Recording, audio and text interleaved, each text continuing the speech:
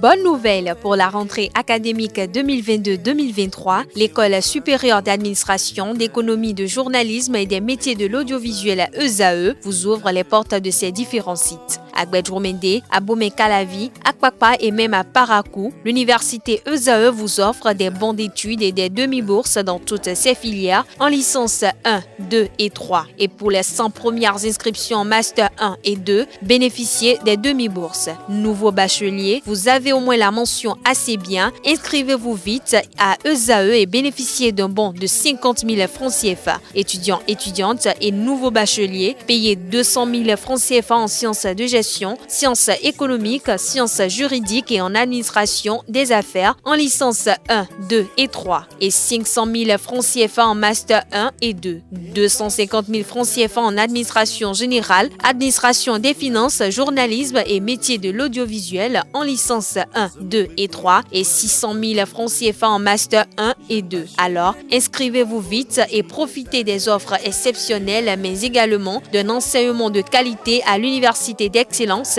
ESAE. Infoline 90 93 65 21 ou le 98 98 14 00. ESAE, l'excellence a un nom.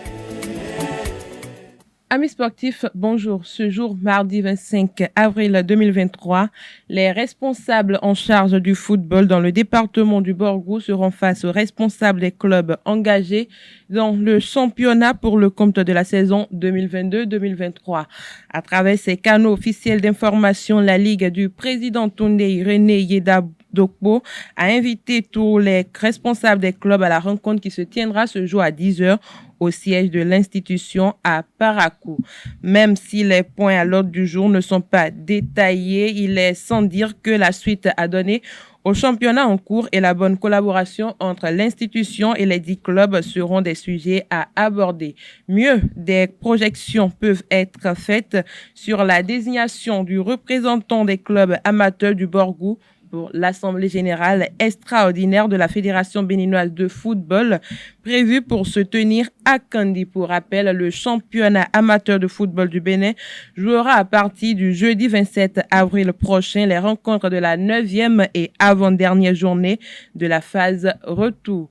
Le centre Happy Univers Multisport a lancé le dimanche dernier les tests d'évaluation des connaissances de ses pensionnaires au titre de l'année 2022-2023.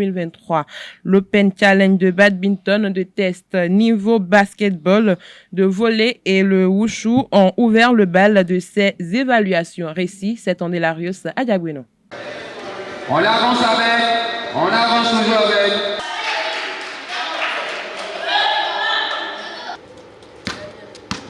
Début des tests de niveau saison 2022-2023 au centre Happy Univers Multisport de Cotonou. Les pensionnaires sont appelés à restituer leurs connaissances sur les fondamentaux en badminton, en basketball, en volleyball et en wushu. Les enfants ont travaillé pendant un certain nombre de mois. On a voulu faire un test pour voir la progression du travail, puisque après le travail, c'est les matchs qui forment, c'est les matchs qui permettent aux enfants de vraiment progresser. Et c'est les matchs qui permettent de voir le niveau de progression de chaque enfant, collectivement comme individuellement. Donc c'est toujours important de passer à ce genre d'événements pour pouvoir les permettre de progresser, quoi. Évidemment, avant ce tournoi de fin de saison, on fait de petits tournois, mais le grand tournoi, c'est pour évaluer tout ce qu'on a fait dans la saison. Afin de mieux jauger le niveau des enfants, la direction les a mis en opposition avec des sparring partenaires externes, comme ici au basketball. On a permis aux enfants de s'habituer à la compétition, en particulier du 1 contre 1, d'accord ? Parce que c'est le mode de jeu qui revient le plus au basket. Et on a évalué aussi leur capacité à faire du 2 contre 2. Ensuite, on leur a proposé des circuits pour évaluer leur capacité à dribbler, leur capacité à être coordonné, la coordination et leur capacité à tirer. Les deux types de tir qu'on a au basket, le tir en course et le tir arrêté. Pour relaxer, qui consistait à dribbler, à cacher le ballon à empêcher son opposant de toucher le ballon. En badminton, le test a pris la forme d'un Open Challenge qui a regroupé une vingtaine d'enfants de moins de 15 ans. En ce qui concerne le volleyball, les enfants ont fait une animation, tandis qu'au niveau du wushu, ils ont fait des démonstrations des basiques. À la fin de cette première journée, les meilleurs ont été gratifiés de médailles et d'attestations. Je suis très content et aussi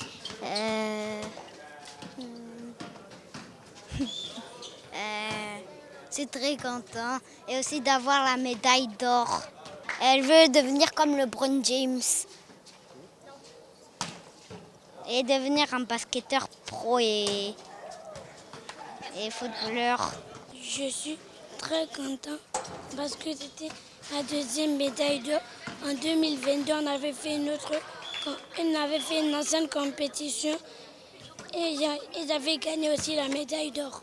La promotrice du centre Happy Universe Multisport s'est réjouie de la marge de progression des enfants. C'est un plaisir de recevoir tous ces enfants dans le centre Happy Universe aujourd'hui.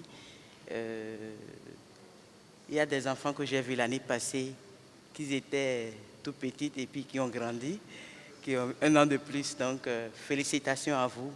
Je vous demande plus de courage dans ce que vous êtes en train de faire et que le bon Dieu vous aide et vous assiste. L'initiative du centre Happy Universe participe de la formation à la base, témoigne le président de la Fédération béninoise de badminton. Vous les athlètes, vous avez démontré que la directrice du CHOMS n'a pas démérité avant de se lancer dans ce projet, de pouvoir permettre aux athlètes, surtout vous jeunes, d'être actifs et de compétir pour pouvoir relever le défi et préparer la relève. La fédération, par ma personne, s'engage toujours à accompagner cette initiative. Nous avons remarqué lors de cette compétition qu'il y a eu des révélations, des athlètes talentueux, tant chez les garçons que les filles. Vous avez démontré de quoi vous êtes capable et nous sommes très heureux de dire que cette initiative est louable et nous devons continuer par le faire chaque année. Les tests de niveau vont se poursuivre les 20 et 30 avril et 14 mai prochains. La 13e édition du tournoi de football Challenge Entreprises et Institutions a connu son épilogue le dimanche dernier au campus d'Abomey-Calavi au terme d'une finale après MTN a conservé son titre devant l'équipe de la représentation libanaise grâce à sa victoire 1-0. Reportage 7 Delarius à Diagbeno.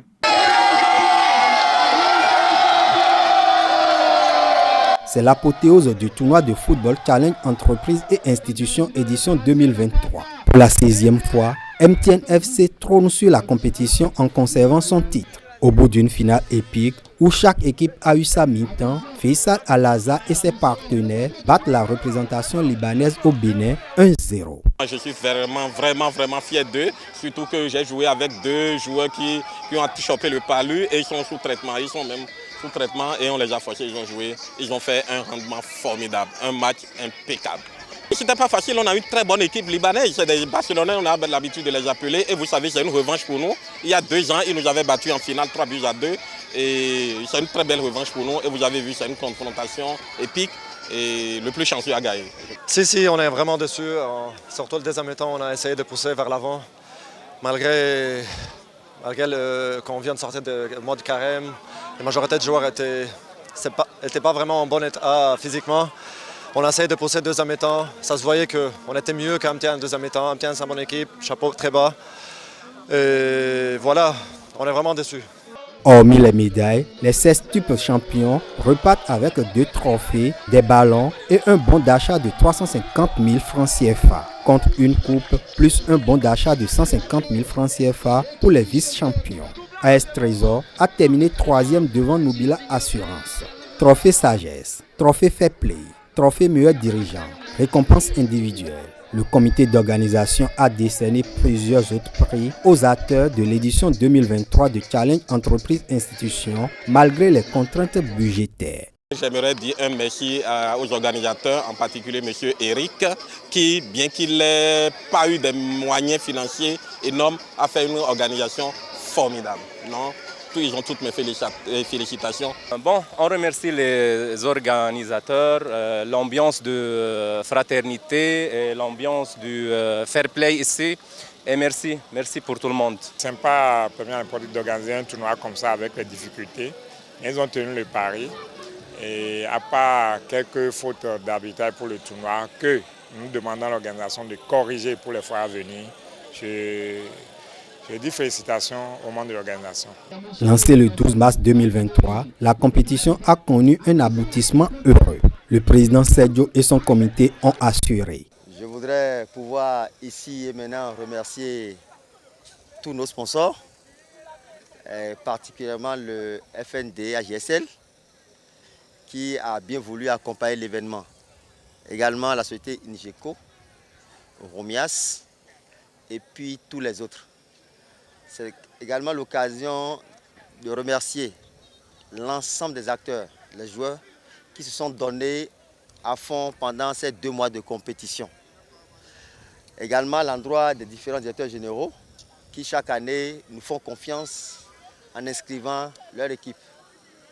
Le bilan, il est là, chacun de nous a vu et je pense qu'on peut s'en réjouir.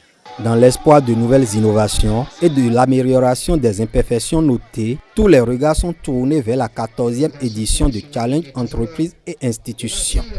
À présent, le tour d'horizon de l'actualité des internationaux béninois évoluant à l'étranger. On démarre par la France en Ligue 1. Le week-end écoulé, on jouait la 32e journée en ouverture. Angers s'est incliné sur ses propres installations face au Paris Saint-Germain de Kylian Mbappé et de Lionel Messi, 2-1. Avec cette défaite, Angers rejoint officiellement la 2e division du football français une nouvelle fois. Cédric Routondi a disputé l'intégralité de la rencontre. Toujours en Ligue 1 française, Brest et Ajaccio se sont neutralisés 0 but partout. 90 minutes pour Steve Mounier. Brest occupe la première place relégable. De la Ligue 1, on passe à la Ligue 2 où les internationaux béninois ont enregistré fortunes diverses. Amiens toujours sans Ange Josué Chibozo et Youssouf Assogba a de nouveau été battu. Cette fois-ci, c'est Valenciennes qui est venu damer le pignon au club Picard au stade de la Licorne. 0 but contre de Dijon FC en difficulté a tenu en échec Bastia 1 but partout. Matteo Arlenvi, pour cause de carton jaune cumulé, n'a pas disputé cette rencontre. Son compatriote en sélection, Saturnin Alagbé, est resté sur le banc de touche durant toute la rencontre. Sochaux, sans Jodel Dossou, a essuyé un revers 2-1 en déplacement à Lavalais. Lavallois, de leur côté, ont pu compter sur le milieu de terrain Jordan Adeoti qui a disputé l'intégralité de la rencontre.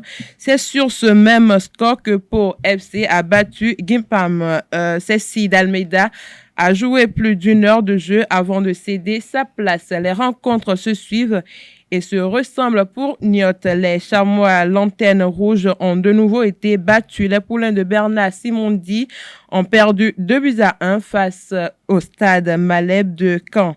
On quitte la France pour la Bulgarie en Ligue A. Ludogorets a battu Lokomotiv Sofia 1-0. Olivier Verdon a tenu les 90 minutes. En Chypre, Dossa, Katokopia et Al Limassol ont fait match nul, 0 but partout pour le 2e tour des playoffs de relégation. Khaled Adeno a disputé l'intégralité de la rencontre.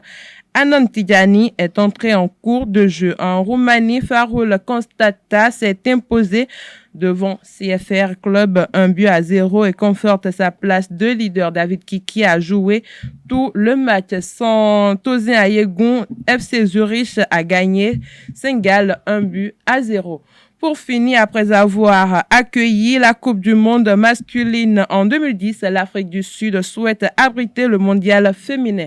La Fédération sud-africaine de football a en effet manifesté son intérêt pour l'organisation de la Coupe du monde féminine de 2027. La FIFA informe qu'après avoir invité toutes ces associations membres à exprimer leur intérêt quant au dépôt d'une candidature pour l'organisation de la compétition finale de la Coupe du monde féminine de la FIFA 2027, 4 déclarations d'intérêt a été reçue, à savoir la Fédération allemande de football, la Fédération néerlandaise de football et Union royale belge des sociétés de football association, déclaration d'intérêt conjointe. La Fédération brésilienne de football, la Fédération de football des États-Unis et la Fédération mexicaine de football, toujours déclaration d'intérêt conjointe, et enfin la Fédération sud-africaine de football. L'instance qui gère le football mondial annoncera le pays hôte de la compétition le 17 mai 2024 dans le cadre d'un vote public. C'est tout pour la page des sports de ce matin. Merci pour votre attention.